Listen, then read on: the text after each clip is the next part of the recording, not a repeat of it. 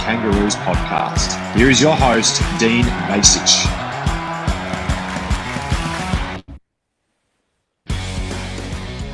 G'day Kangaroos fans and welcome back to Hashtag Kangaroos. I'm Dean Vasic. You'll find me on X at Hashtag Kangas, Instagram Hashtag Kangaroos podcast. And in the words of Dennis Pagan, don't piss in my pocket and tell me it's raining. But tonight, I'm joined by the fantastic Siobhan Rowe as we preview a huge Sunday late afternoon clash against the Port Adelaide Power.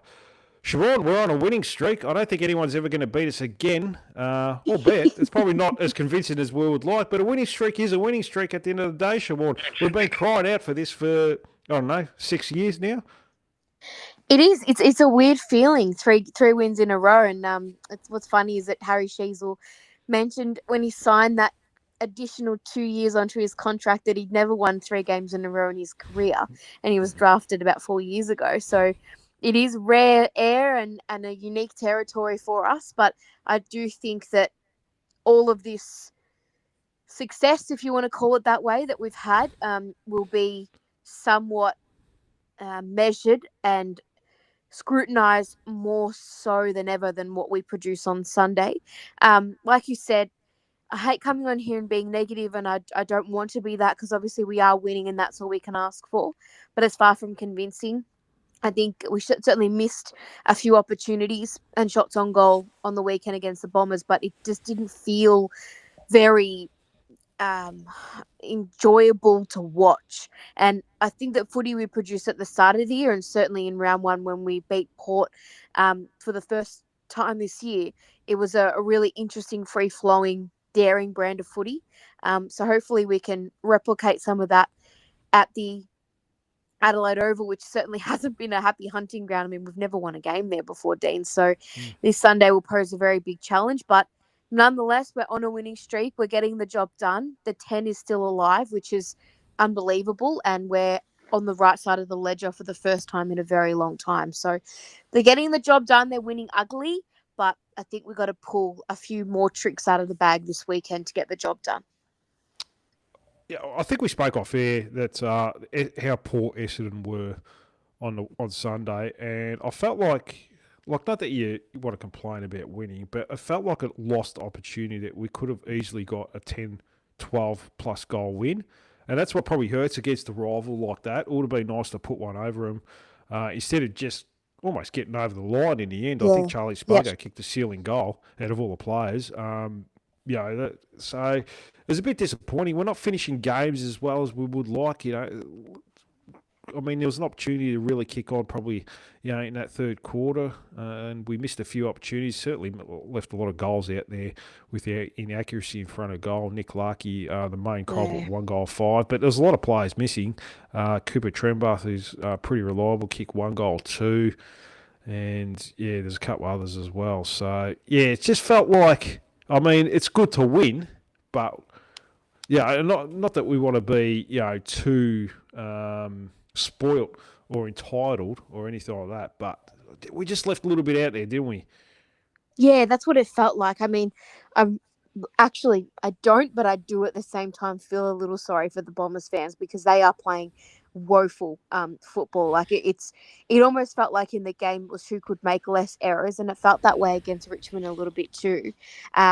We were probably lucky that they made so many of them and we were able to capitalise none more than the Dylan Stephens goal. I mean, that was just unbelievable watching Essendon sort of play the Benny Hill music a little bit and we were able to capitalise. But I wonder how much of a psychological impact Nick Larkey's form's having on the group a little bit. I don't like to single individuals out, but he is the captain of the footy club. He's been so reliable for so long, but just watching him miss again and again and again was very frustrating and potentially wore on a few players as well. I mean, Zane Dersma had another almost game a little bit in the forward line too, and he was another culprit of missing opportunities that were very gettable. And I mean, we did miss opportunities, but all passages of play and the around the ground sort of efforts sometimes left a little bit to be desired too. So we're winning, but it's not filling me with a lot of hope that the back end of the year, which is just so important, these next 8 games. I mean, the finals are still alive for us, and that's hopefully something that all of the players out on the ground are aware of. And I mean, percentage will come into it. And I'm not trying to be greedy considering where we're coming from. But you're right, it was an opportunity to actually get a nice percentage booster considering how poor Essendon were and have been all year. And we couldn't do that. And it got a little tight in the end, too. I mean, it was a little nerve wracking when Zach Merritt kicked that goal. I started to think, okay, well, where are we going with this? So yeah, it's not awe-inspiring stuff at the moment, and there'll need to be a lift on Sunday. I think the part is when we looked most dangerous and we looked most threatening when the ball's in the hands of someone like Colby McKercher, who was able to break lines. Almost he was the game breaker, and the game had very few highlights, but the biggest highlights were when he kind of took the game on in the middle and delivered the ball. And most of the time, there were players free because the Bombers' defence lacks, so much. So I think there needs to be a bit more of that. And I turned to my dad during the game and I said, I think ever since that Fremantle disaster, they're just always trying to play it safe. It seems as though that no one wants to take the responsibility. I mean, the first goal of the game was outstanding with LDU, who's sort of doing it all himself, which was nice to see because sometimes he can be a little bit too unselfish. But throughout the game, I just felt as though no one wanted to stand up. It was going to be the next person's problem, and someone was usually on their hammer. So, yeah, it'd be nice to see us play a little bit more without shackles, and that is usually during the game what looked to be the best opportunity to score and break the game open. So against Port, we can't be in our shells, otherwise we won't win the game. And they, unfortunately, coming off an unbelievable win against the Crows, and they played with so much dare and freedom, and that's what won them the game. So I'm hoping that we can sort of have a dose of that medicine and produce that sort of footy again, which got us to the position we're in at the moment as well, which is on the right side of the ledger on the ladder. Just going back to that Fremantle game now, I spoke about this. Like, that first quarter in the Fremantle game, I thought we actually took the game on a little bit, but we made a couple bad mistakes. Riley Hardiman did a kick to the corridor that got intercepted by Switkowski, and he kicked a goal. And there was a couple others. I think Luke Parker turned one over. And, well, 2 goals down, but I thought we were playing okay. And then all of a sudden, the message seemed to be after quarter time, look, stop making mistakes, just play it safe. And then after that, that's all we did. There was no actual run and gun behind the ball. It was very much a very safe football, and we got the result that we probably deserved at the end. I think it was 21 goals. We shut up shop and gave up pretty much after half-time. And it's felt like a little bit of that still creeps in, that they're lacking a little bit of confidence. A lot of players seem to be lacking of confidence. You mentioned a couple of players there, Nick Larkey, Zane Dersma. They seem to be a couple of players really down on confidence at the moment. We know the talent and their ability they have. Nick Larkey, he didn't look like kicking a goal on the weekend every time he was having a set shot, which is unusual for him because usually he's pretty reliable. But I don't know, it looked like he was getting in his head half the time. Even the one he kicked it in the last quarter that went through, I wasn't even convinced that he was going to kick that. But, that one went through. So it just feels like that's a little bit there still, that they're not taking the game on. You mentioned McKercher as well. I really like him behind the ball still. Yes. I know he's getting a lot of the ball behind the ball. He's playing as an extra mid effectively. But I'd like to see him in that back 50 because it just gives a lot more drive and a bit more carry. A player that can take the game on and go through the corridor with his pace. I mean, you mentioned we looked at our most dangerous when he was going through the middle, and that only happened probably 3 or 4 times. When he plays in the back 50, it happens about a dozen times, or at least 10 to 12 times. And that's why I don't like Zerha in the back line. It just slows down that back line far too much. We don't need him there. You could play Riley Hardiman in his spot and maybe move Zerha forward, or maybe he doesn't get a game. I'm not sure. That's up to the coaching staff to decide that, who's the best forward going at the club at the moment, or who are the best forwards. So I'd just like to see that switched up a little bit. Because like you said, if you're going to play like that against Port Adelaide, play safe, risk-free football, and just long down the line, not really taking the game on, you're going to get your pants pulled down because Port Adelaide are going pretty well, Siobhan. I think we spoke off air. They absolutely smashed the Adelaide Crows last week, and they were going pretty well as well themselves. Yeah, they look like a really dangerous side. I mean, Zach Butters is he's on fire, and it's pretty amazing to watch what he's doing. So I'd suggest that maybe Finn O'Sullivan might have a close eye on him throughout the game. But they look quite composed, and yeah, it'll be really interesting for our boys. And I mean, we speak a little bit about players that aren't in form, but then there are players that are. I mean, Caleb Daniels had 2 weeks in a row where he's had 40 disposals, Dean. He'll be very important against the power. He is a bit of a playmaker for us. I like some of the stuff he did throughout the game. And I mean, I enjoyed the game of Cooper Harvey. I mean, you and I have both been very critical around sort of where he's to play, and I still truly believe his best position is as a forward. But he did absolutely nothing wrong, and I thought he had some really good moments. And Port have the likes of Georgiades and Durden, who's kicked a goal in every game. I mean, he's a sneaky little player, isn't he? And they've got quite a few dangerous smalls down there. So to be another challenge for Harvey in terms of how he navigates the lockdown sort of role in that regard too. So yeah, they looked very good, Port, and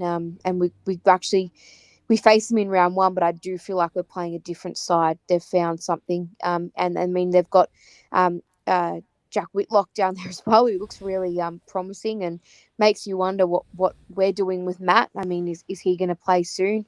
Which end of the ground is he going to play in? So, yeah, that they pose a threat. I think it'll be a great challenge for our midfield, which personally I totally respect. We've won 3 games in a row, Dean, and that's fantastic.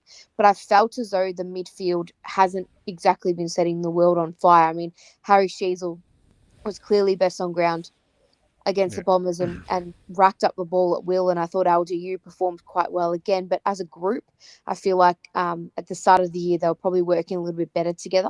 So, I mean, look, Butters, Horn Francis, these guys are going to be red hot in their home deck. So to pose a great challenge for them.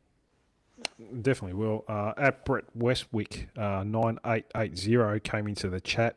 No Riley Hardiman yet again. Absolute joke. If McDonald and Lowe get named in the final side, I'm done. So hopefully someone from the club is listening to that right now. So yeah, we don't want to lose supporters. So yeah, and that's totally a fair comment. I think. I feel like we'll definitely talk about that. We'll get to the teams. Yeah, I mean, I love just very quickly, Dean. I mean, I guess a big talking point, it was the return of Josh Grody getting through unscathed. I think I was probably celebrating that more than I was the win in the end. I mean, it's really good to see him out playing footy again. I mean, he didn't set the world on fire, but he hasn't played footy in so long, which is nice to see him get through the game. I mean, we always used to joke and say he was 3 months away from being 3 months away. He's 3 or 4 weeks away from being 3 or 4 weeks away. I actually thought he was deceased there, Siobhan. He was gone that long, so yeah, but look, very good player. And he's still got his pace. I noticed a couple of times he got tested. He played on Kako, kept Kako down to 4 possessions for the game. He never looked like a Kako. And yeah, look, the more games he gets, the more confident he'll be, and the more drive he'll give from that back half as well. I truly feel like the combination of Goda and Hardiman is the way that we should be going forward. So I do completely understand Brent's comment there, because I think if we do bring in McDonald, I mean, he was managed. I'm using bunny ears there. So we'll see if he ends up coming back in the side. But I think we have to have an eye to the future, and those two certainly scream the future of sort of the back line for me.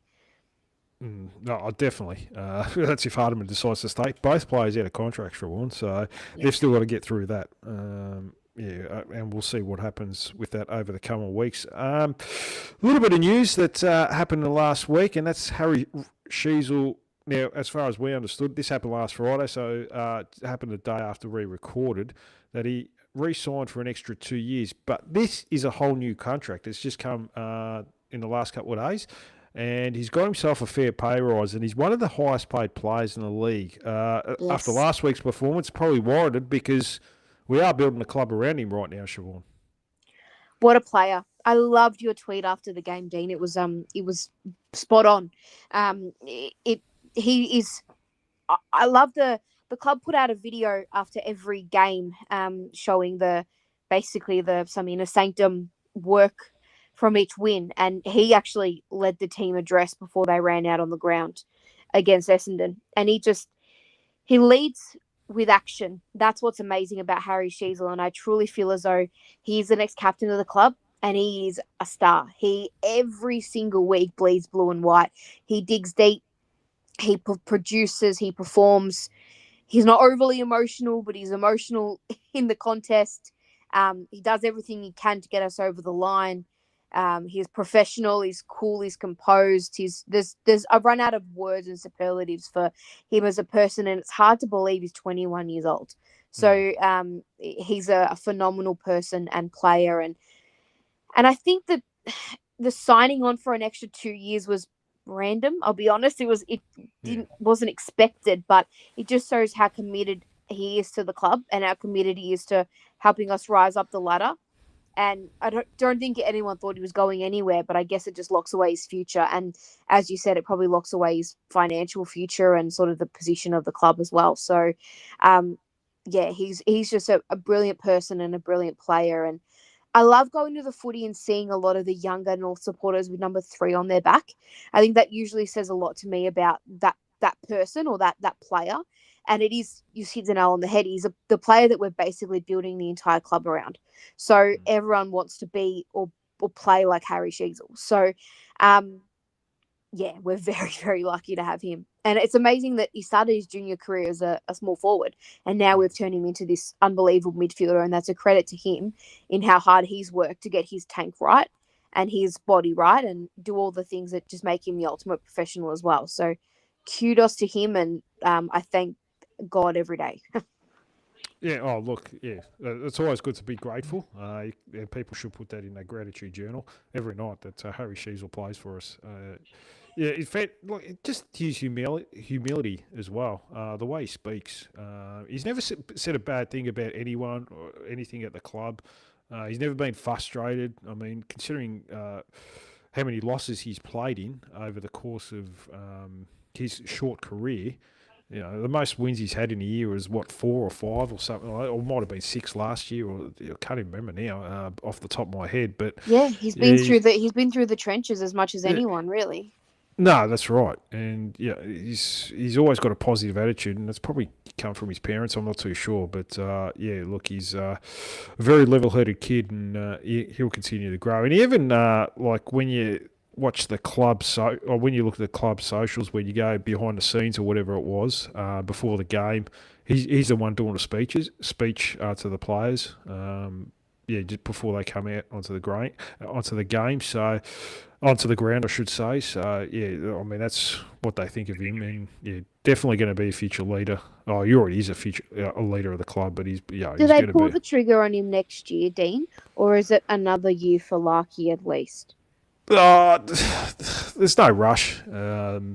It seems like whoever gets captaincy, they feel the weight of the world on their shoulders by the looks of it. So, like Jai Simpkins seemed to struggle with it there for a couple of years.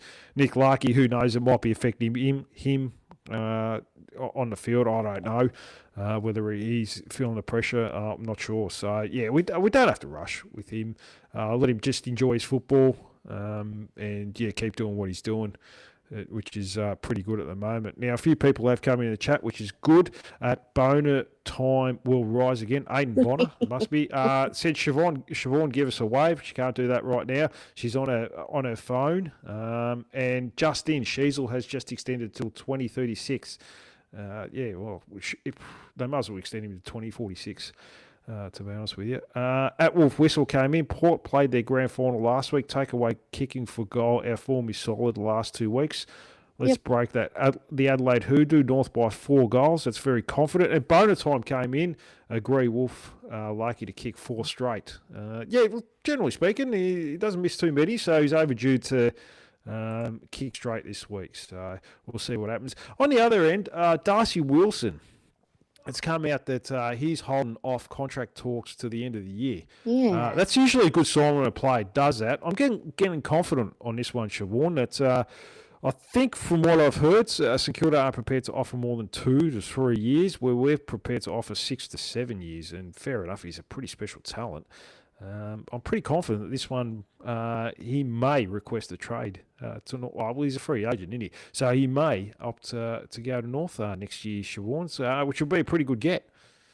I'm feeling quite confident too. I know you got to be careful with these things. Yeah, I Definitely, mean, you never possession is know. 9/10 of the law, so yeah, you got to be Yeah, you careful. never know. A lot of the time, they're directed by managers to do things and whatever else in the hopes to strike a new deal or more money, whatever it is. But I feel as though he'd be a great fit. I mean, I think he would certainly take one of the wing spots. Now, I think Dylan Stevens has been solid without being outstanding, and Simpkins had one of the better years he's had in a while. But I think he would be a great fit. He's a goal kicker, good pace, smart ball user, good decision maker. He's got good footy IQ. So I think he'd fit in nicely, and he's in a great age bracket to grow with the likes of Wardlaw and Sheasel and Sullivan. So it would be a smart move and an upgrade potentially on what we already have, which you can never say no to, though, can you? And I mean, I don't think money is an issue, and I don't think he's a risk. I don't think he's got a long term No. injury risk or anything like that. So it'd be really handy to get someone like that across. Do I think it's the most pressing need on our list? No, but he's available and he's there. So why not have a crack? Look, probably it wouldn't hurt to get an upgrade in that wing position. He could be the next Jared Pollock and have a lethal foot on him, Siobhan. So yeah, why not get someone like that? Yeah, I just thought I'd throw that in there. So, but no, look, he's a huge talent. Do you think Yeah. that's his best position in our team if he Oh, I think he'll come he'll across? play wing. Yeah. He has played half forward, but we've got 1,000 of them, so we don't need to get another one. But yeah, on the wing, maybe as as a rebounding defender on the halfback flank, who knows? So, but yeah, get him in, get the talent in, and we'll work the rest later. At bonus time will rise again. What about the GWS fella? I might be talking about Grozewski. Yes, he Well, is. he did his knee. He did ACL, didn't he? I think I so. don't think it was an ACL. Oh, I it think wasn't an ACL. it's Oh, a so, different form of injury that is still a long term injury, but it's a part of his leg, but not the ACL. Now, the name of it escapes me, but I think it is not too serious. But I think that he'd be number one on my list, besides Jacob Wiedering, which might be a pipe dream at the moment, considering the Blues are unstoppable. I think bringing across Max Gruzeski would be not only a fairy tale for him, considering him and his family are North supporters, but I actually think having a quality tall like that develop alongside Trembath and Larkey and these guys would be really exceptional. And also he's got great height and athleticism for his position as well.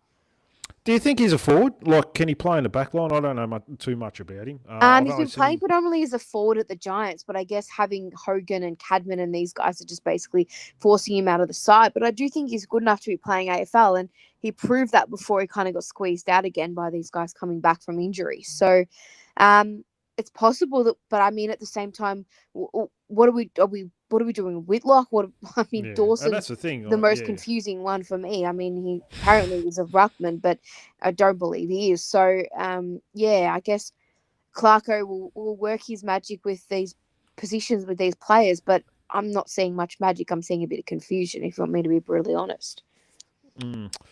yeah. Look, the only issue I have with this Grusevski is that if Darling plays another 2 more years, and that's probably 2 more years that he sits in the VFL. Whether he wants to do that, I'm not too Yeah. sure. Even Whitlock, I mean, eventually these players, they've got to be able to get past Jack Darling. So it'll be interesting. Look, I mean, he may. We need a defender, so we can always try and turn him into a key position defender. But yeah, we'll have to wait and see, because as much as people love Griffin Logue, or the club loves Griffin Logue, I don't know if he's got much future at North Melbourne. So yeah, we'll have to wait and see. But apparently he's pretty keen to come to North, from what we've heard. So yeah, we'll wait and see. But thanks for coming into the chat there. Now, this is a segment I've been doing. It's Where Are They Now, Siobhan? I've got a few players here, so I'm going to start with Aaron Black. Now, he retired from playing football. It was only a few years ago. Now, he played 50 He's at games the Cats, wasn't he, as well? Yeah. He played 50 games for North Melbourne, 7 for Geelong, and more than 100 VFL matches. So he's more of a VFL player. He he spent several years as an assistant coach with Geelong's AFLW program, primarily coaching the forwards after joining the inaugural coaching staff in 2019. But with a new coaching appointment in 2026, he's been let go. He's still working at the New Surf Coast Suns up in the Geelong way, and he'll play, mentor younger footballers and assist with football operations while remaining involved in the Geelong football program in the VFL coaching capacity. Just another one of those players, very talented, marking forward, but his career was unfortunately interrupted by injuries. There seems to be a bit of a pattern here, doesn't there, Siobhan, with when I seem to do these segments, but they seem to start off their careers pretty well, but injuries derail it, and then that's it. Feels that way, doesn't it? I remember speaking about Kieran Harper last week. Similar. There was another one, yeah. So it's been unfortunate, and you have to wonder whether or not Braden George, I guess, is one of those that just never quite got there because of his body as well. So you feel for players like that. I always enjoyed when Aaron Black was playing for North. I felt like he always gave his all, and I tell you what, we could do with someone like that at the moment. I think a Mason Wood type I kind of compared him to. So I guess he was that hybrid tool. So yeah, I mean, good luck to him, whatever he's doing with his life now. But he was a solid contributor during our finals campaigns as well. His career highlight was the elimination final against Essendon. He played in that one. It was in front of 85,000 people. He said it was he was quoted as saying that it was a bit different because North Melbourne games you get 20,000 to 25,000, so it was good to play in in front of a big crowd and come back and win that game. So I think that would be a lot of highlights. It's one of the highlights of my career as a supporter. So yeah, so I can only imagine it would be for players. But yeah. He's certainly a player that's had some good games. And, yeah, good luck to him now. Now, next one I'll go to now, Sean Atley. I'm going to go to him. So, can you believe he played 234 AFL games? Very consistent contributor very consistent contributor over a course of about 12 seasons, but found himself delisted at the end of the 2021 season. Completely stepped away and stepped out of the limelight. He went back to regional Victoria where he grew up in Rochester and started playing local footy then. Has disappeared off the face of the earth since he stopped playing AFL football. Was delisted, unfortunately. But do you have many fond memories of Sean Atley? I didn't mind him as a player. I thought he was... I thought he was a bit of a whipping boy at times, but I actually thought he had a pretty good career and gave a little bit of drive from that back half. Solid contributor. I think why he probably was much maligned, I guess, was sometimes he would probably take the game on and take on too much and get run down. And when you're playing in the back line, when you do that, it's very obvious, most of the time. It does result in the goal to the opposition. But I remember him and McMillan were the two that people really like to stick the boots into. But I don't think he was a bad player. And to play that many games of AFL football, I mean, he's played 250 odd more than me and you. So of course. He was a very solid contributor, and I mean he I think he'd actually thrive a lot more in the modern game, if you want me to be honest with you, because I think his role was certainly to create a bit of run and drive out of the back line, and every now and then he sneak down forward and get a goal, and I think he. So a few of those players from that era that are certainly underrated for what they did for the club, because, I mean, the next gen to come through always suffered his pain. So you look back on players like that with a bit more fondness, don't you? Because, I mean, they were part of some form of success at the time. So, I mean, he was a very solid contributor for the club. Yeah, and he played a number of games in a row. It would have been 150, 160 games in a row. Yeah, he was kind of always there, wasn't he? He was a player that he played every game, but you didn't notice him too much unless he kind of made a blue. So that's probably why people somehow, I do agree, he was a bit of a whipping boy, wasn't he? No, it definitely was. We had a lot of players that made a lot of blues. We still do. So, unfortunately, that was just part and parcel. I mean, every team's got them. We've got some now. Probably Charlie Spargo is probably the biggest one at the moment. But it is funny. I look back on that time with so much more fondness. That time period when you look at what we've kind of endured for the last 8 years. So, Yeah, but it's true. Every team's got them, don't they? Yeah, 100%. If you don't, someone will create them, and then the narrative just goes towards that sort of individual. The last player I'll go through is you might be a bit young for Liam Anthony. He was he started off a player that started off in 2009 and started off like a house on fire in his first 10 games. Now, he was named in a round one 2009 game against Melbourne, but suffered a stress fracture in his foot just before the season started. The injury ruled him out for the first 12 rounds. The player that came in for his spot in that round one team that was late inclusion was Andrew Swallow. So he was out of the team, and who knows what could have been. So a big sliding doors moment. He debuted in round 13, 2009 against the Western Bulldogs. He had 28 disposals, 7 marks, and played every remaining game that season for 10 games in total, averaged 25 disposals per game. He finished third in the Rising Star Award, despite missing the first half of the season. That's how much potential this guy actually had. Wow. And then completely fell off. Seems to be a theme, isn't it? Yeah, injuries. Played his career with serious shoulder injury in 2010 and several other setbacks. Just one of those things. He went back to WA after 2014, being delisted then, and became a player and coach with Fremantle CBC, helping guide the club to an A-grade grand final while staying heavily involved in community football. He's just another one of those guys that could have been. Now his debut game came in Darren Crocker's first game as an interim coach, when Danny Laidley stepped aside halfway through the year. So. Yeah, I remember going to that game, and I was thinking, geez, we found someone here on the wing, and unfortunately just never kicked on, Siobhan. So, the common theme with the club, isn't it? Yeah, they get to about 40 or 50 games, and that's it. They just plateau within the best of them. Yeah, they plateau. Aaron Black, who else have I had? Gavin Urquhart, yes. Sean Atley, 230-odd games. That was a bit different, but...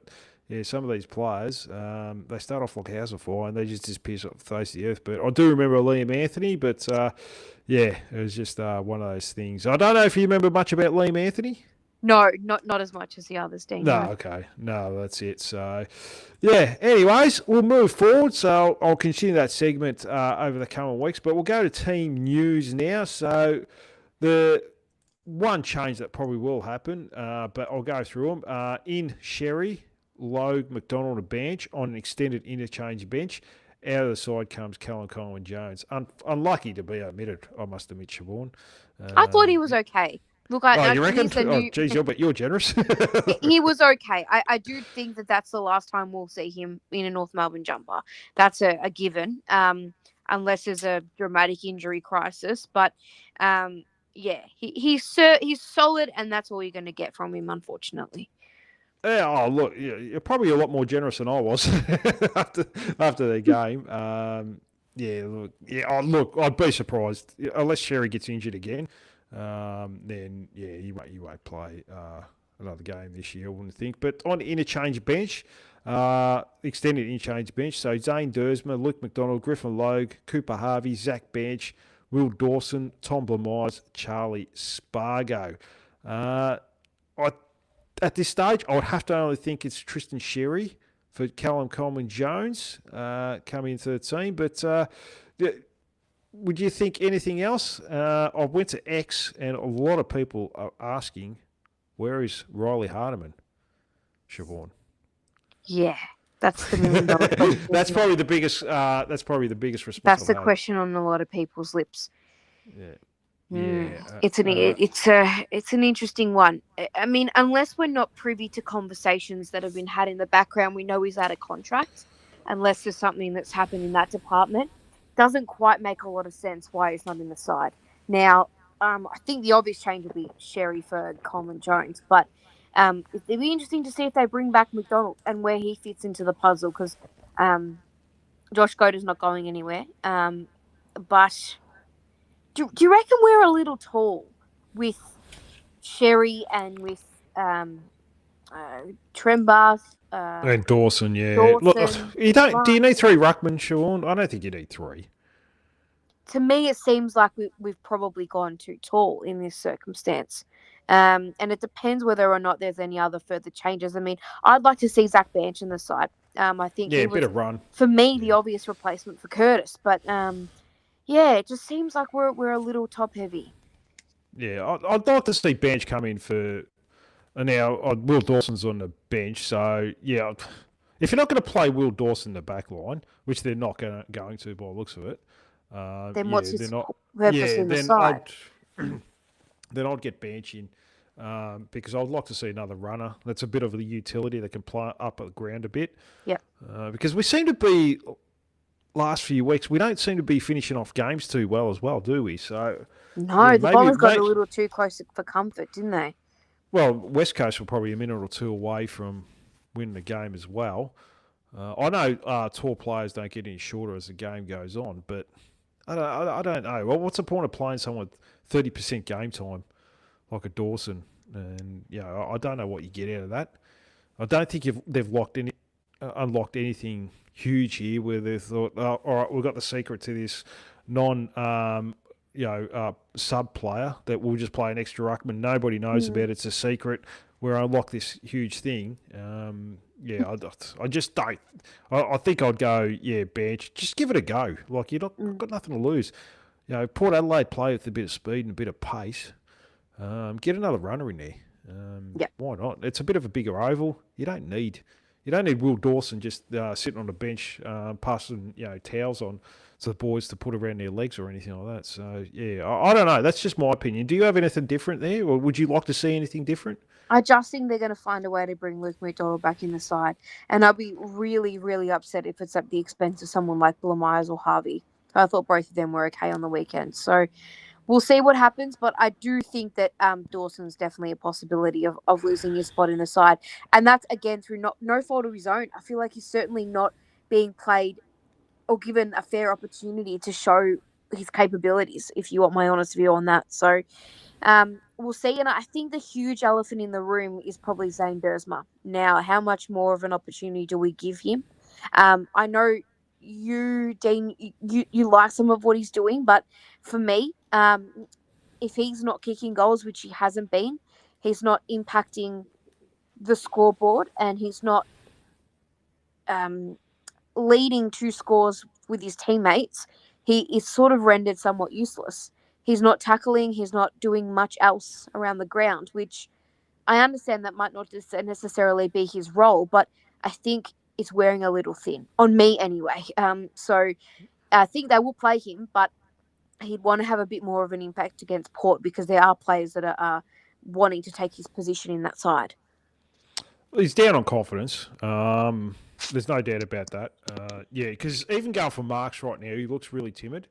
Where he's got a clean set of hands, and even his set shot at goals have been, they haven't been just missing; they've been missing by a fair way, which is usually a sign of a player that's second guessing himself right now.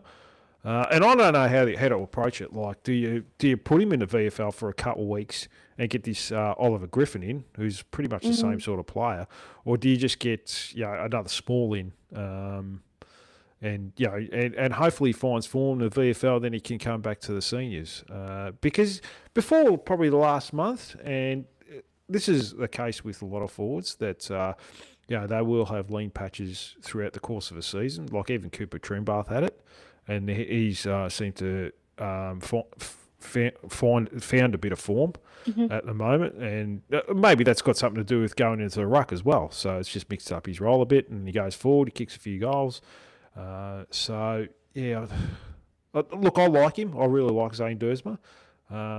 But I mean, if he's laying 2 tackles that he's laid in the last 7 weeks, he's getting 4 or 5 touches a game.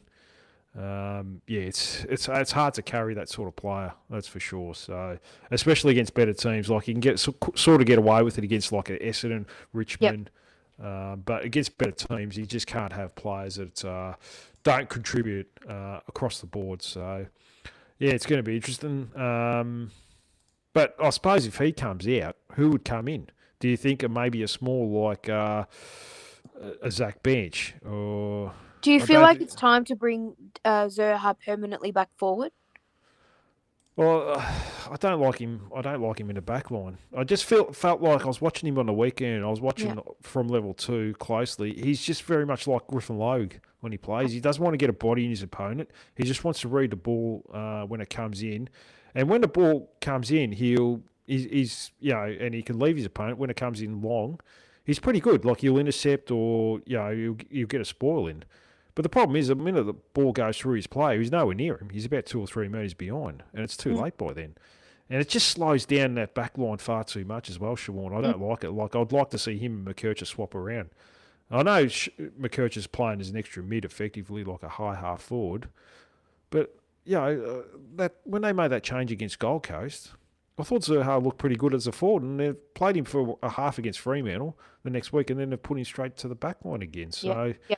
it's been a bit bizarre at the moment. And then if they want to rest Dersma, you can put Zerha back forward, and then you can put Hardiman Hardiman's not in the team and not on the list, but you can put another defender back there that can give a bit of rebound.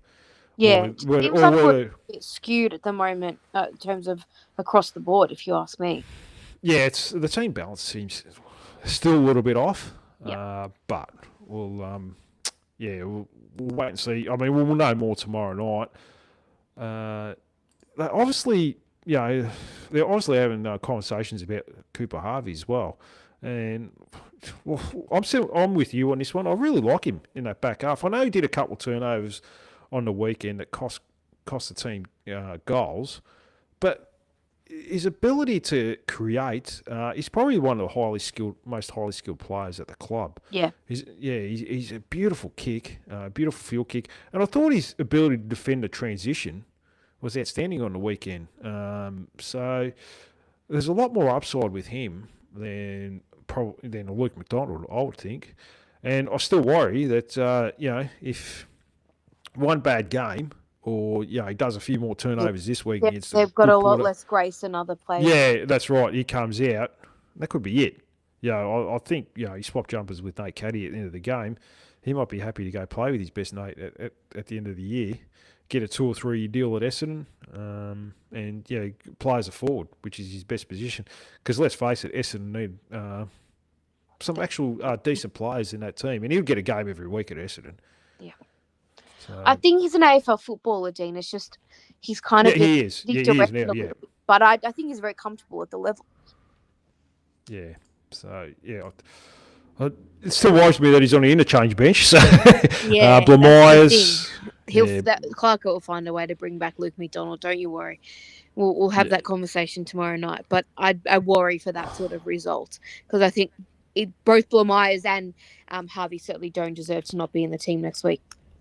No, definitely not. But look, it's probably a 70-80% chance that it'll just be the one change. Sherry in for Caleb Coleman-Jones, and that'll probably be about it. The other boys should be emergencies: Griffin Logue, Luke McDonald, and Zach Bench. Look, McDonald, a player came in, Josh Goda, and took his opportunity. So he just has to wait, unfortunately. And I think Cameron plays in the back line, but they do have a lot of those mid-sized forwards, don't they, that are quite good. You got Durden, Georgiades, Joe Berry, former North Melbourne VFL player, Xavier Baymert, who looks pretty good. Yeah, he does. He does. And they got I don't mind what Josh Carr's doing. He's trying a few different positions for certain players, like Jack Lukosius is playing up the ground a bit. I noticed, like playing on a wing. He's got a beautiful kick as well. So, they're trying a few different things. Joe Richards is playing in the midfield. He actually looks quite good there. He's one of the fittest players at the club. So, they're obviously preparing for transitioning from Zach Butters, who looks almost gone at the end of the year. But, I really like what he's building there. I mean, they're a club that's 5-10, but they're a percentage of 100, Siobhan. I mean, that's pretty good for a club that's fourth last. Yeah, I certainly don't feel like their ladder position speaks to where they're at as a club. I think their percentage probably says more about where they're at. That they were unbelievable against Adelaide, and I really hope the listener who came in on the chat before was right, and that was their grand final against Adelaide. I'm almost thankful they won, because I do feel like that they might come in a little bit sort of happy with the work they've done, but at the same time it'll be what I think will be a really great contest. I mean, we took care of them in round one, and I still feel as though that was the best footy we played all year. In round one, that was a really complete performance, but they got weapons all over the ground. I think we did well last time we played them to nullify the likes of Aaliyah. I know that Radicalia won't be there, but I think we need to be smarter about the way we go inside 50. Too many times, even against Yeah. Essendon, we continue to bomb the ball in long, and it's just very frustrating to watch, because they weren't quite able to punish us for that. But I think it's a very different story with the power. But their force comes in the midfield, so it's going to be a really great battle to watch there. I mean, you'd think Sherry would have the best of Sweet, considering they're both a similar type of ruckman, and Tristan Yeah. is still almighty, so it'll give LDU and Simkin O'Sullivan, She's, all these guys a first look at it. But Drew may go to LDU or Sheasel and shut him out.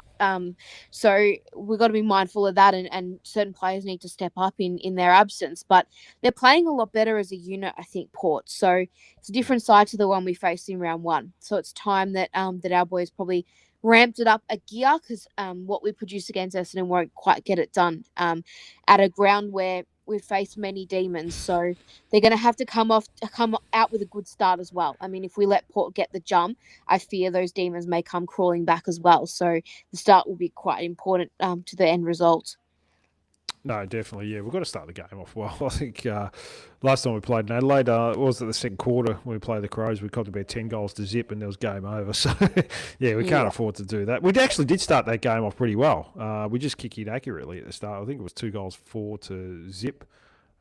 We started off like a house on fire. So the capitulation in the second quarter against the Crows was very surprising, considering that start. So, yeah, we'll have to see. It's that ground, Dean. It's got demons in it. Yeah, not good ones either. So that's for sure. There were people that came in the chat. I'm a bit late with this. So Wolf Whistle said, "Agree with you, Siobhan. We're too top heavy. X and bench in for CCJ and Dawson." Yeah, I think we sort of mentioned that. And at Brett Westwick 9880, Brady the Great said after the trade period last year, we have all the key defenders in the squad already. I don't know. I don't know why Brent he's going against Brady Rawlings. Like he clearly knows how to build a list. So he's doing magnificent things there, Brady Rawlings. But I mean, we're building our whole defence around Aiden Core at the moment, Siobhan. So what could possibly go wrong?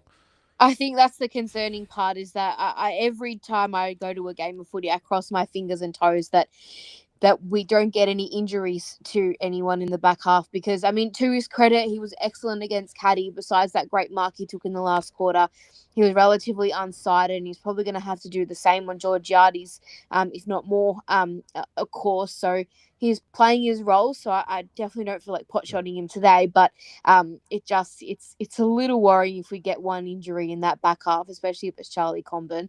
God help us, considering Pink's gone for the rest of the year too. No, that's right. He's had his shoulder done, so we'll have to wait and see if he gets another contract too. So it depends who comes into the club at the end of the year. He'll be a player that's will be sweating a bit right now about his future, which is just the nature of the business. But look, I like Aiden Core that he actually tries to get a body on his opponent as well. He's quite physical, which is really good to see, as opposed to Griffin Logue, who just decides to play 2 or 3 metres off his opponent each time. Almost allergic to playing on a player. So, yeah, I really do like that about Aiden Core. All right, who you got as a potential match winner on Sunday, Siobhan?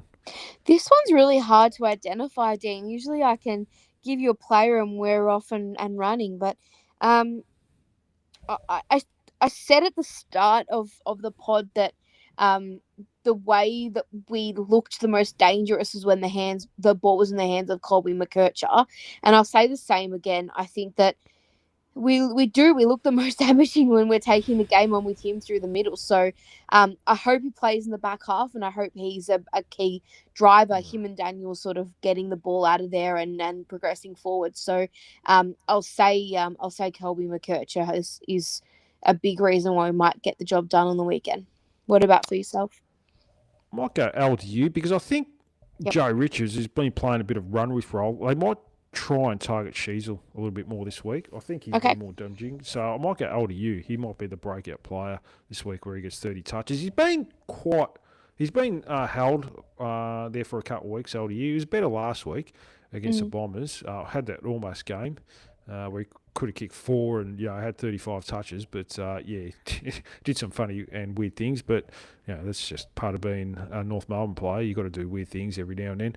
And so I'm going to go LDU to be that potential match winner this week. What about a breakout player? Well, he's not even Breakout committed game. to sort of playing, is he? But I hope it's bench. I really hope it's bench. I mean, it's a cop out going for someone that's not even named in the side yet. But I hope it's bench. But I think if you want me to give an answer, I reckon Goda will be better in his second game back. He did some nice things, but I feel as though that confidence, the game under his belt, he'll have a good day. What about for you, Dean? I'll go George Wardlaw. He's been getting the 10, 15 possessions a game. I think he's going to get 20-odd this week. Yep. His time on ground's still pretty low. It is, isn't it? I noticed that too. Yeah, it's only high 50s, around 60%. So, look, I don't think it's a bad thing if it's preserving his body, and they think that's the best case going forward. Then I don't mind him if he's going to play every week and he's getting 60% game time rather than trying to get to 90% and does his hamstring or gets a concussion or anything like that. So, but I think he's due for like a huge game where he had that Gold Coast game in the fourth quarter where he had 13 touches in the last quarter and just set up everything. I don't think he's far away from having like 3/4 of that. So, I'll go George Wardlaw. So, in saying all that, Siobhan, what's your final prediction for the game? I'm going to be optimistic here, and I'm going to say that North finally break the Adelaide Oval hoodoo and get their second win against the Power this year, and will win the game by 2 goals. We need to find another gear. That's all I'll say. There needs to be a difference in the way we played against Essendon and Richmond, because Port certainly won't be producing the same level of footy. They'll have more pressure, more structure, and this is not a slight on the other teams who played, but clearly that would just be a better organised, more ferocious brand of footy that will come against us. I'm banking on the fact that they won the showdown, that they might still be patting each other on the back. Yeah, that's what we're hoping. And I'm hoping that we understand that we've scraped over the line, and that it's an opportunity for us to play finals. I mean, if we can win this game and win against the Pies and the games that are genuinely 50-50 and the teams around us on the ladder, then we're absolutely a chance. And I'd hope that everyone inside the football club are thinking the same thing, that, we've been stuck down the bottom for too long and we don't want to stay there. And it's time that we go back to where we belong, which is, finals footy. So in saying all of that, I think they'll find a gear and they'll get the job done, Dean. Oh, that sounds positive, Siobhan. I like to hear it. Well, you win this game, you're all of a sudden 9-7. Then you can probably start looking up.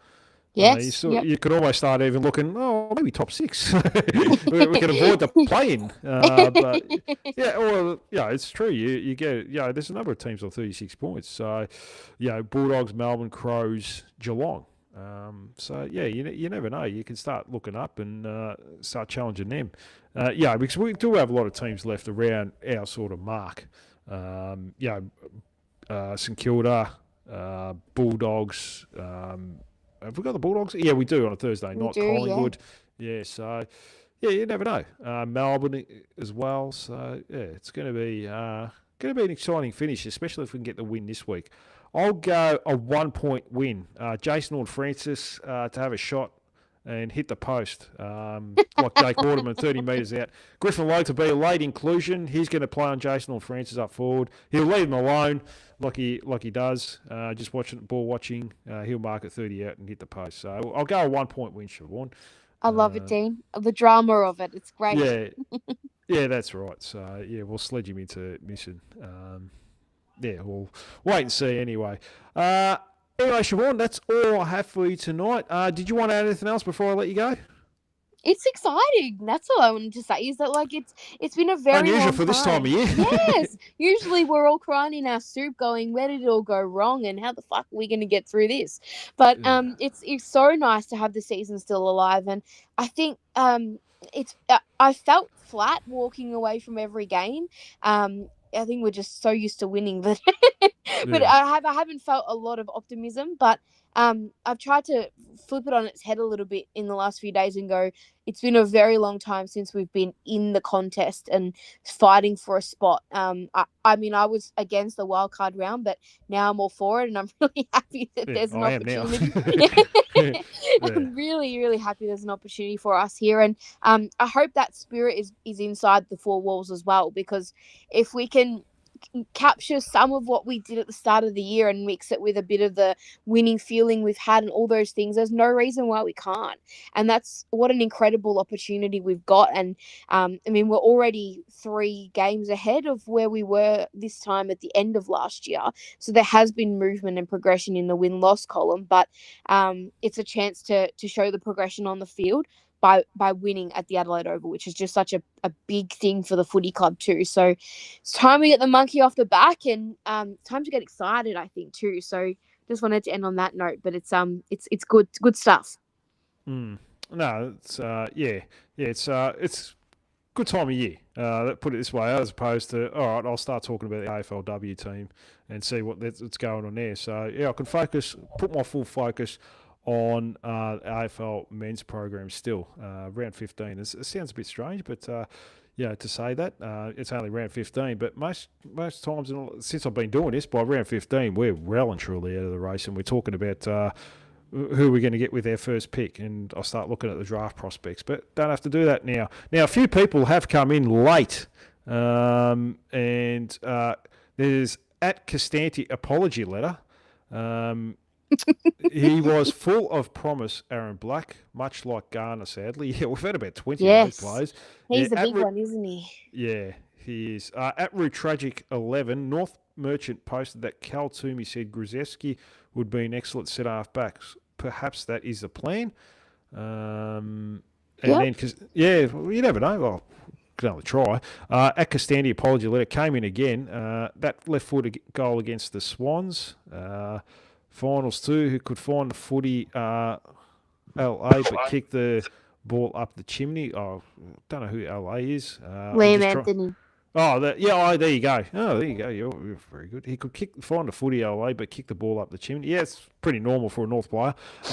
Reported this week, GWS have a 2-year deal in front of Grzeski. Surely we can offer 3 to 4 years and trump them. I agree, Rue Tragic. He could easily help out Chom down back. So I think that's about it. That's pretty much it. So I missed a few there. So, no, thanks to everyone that came in the chat. And Siobhan, thanks so much for coming on. Anytime, Dean. It's always good to come on and chat footy with you. It's a real pleasure. Yeah, well, it's been better than the last few years. Every time we've got you on a Thursday, it's been a bit tough, but we're all happy now. But that wraps up another episode of #Kangaroos. A huge thank you to Siobhan Rowe for joining me and sharing her insights ahead of Sunday's clash against Port Adelaide. It's always great to have your perspective, Siobhan, on all things North Melbourne. To everyone listening, thank you for your continued support. Be sure to follow the podcast wherever you get your podcasts. Leave us a review and share the episode with fellow Shinboners. Thanks to everyone that came in and chat as well.